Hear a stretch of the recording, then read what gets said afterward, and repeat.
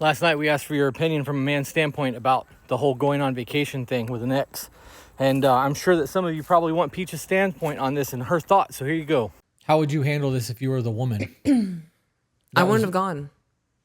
If I was the pregnant woman? What if it was something you had already paid for a year before they met and got pregnant? Say they were planning on That's Disney money lost. in July of 2025. Like to take the kids on vacation? Have my new man and I been together for a while? Long enough to get pregnant and decide you're going to keep it.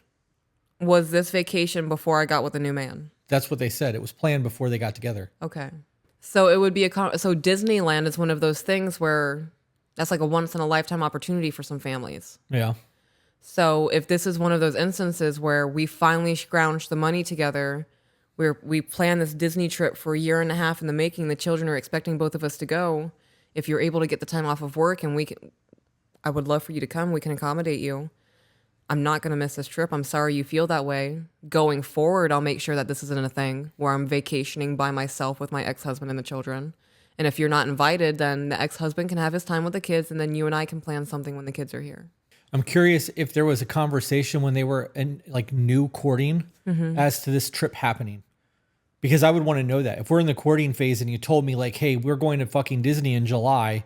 This has been planned since August of last year or this year, we're going next year. That's a different conversation than, hey, we're going on this trip after you and I have decided we were going to start being together and living this life. Right. I think that matters too. I also think that when you have other family members and kids involved, there's a whole lot of conversation that needs to be had before you move in together and before you start having that relationship, because you both have kids from previous situations. Like, are we just cycling people in and out of those kids' lives and you're just mommy's friend or daddy's friend and daddy will have a new friend next week? Like, Right. I think all of that matters. And this is that whole failed to plan thing. I wouldn't tolerate that. Me either. In a situation where you hit me with that in the very beginning and I knew it was coming, I would have just accepted that's the thing. Like, this has been planned.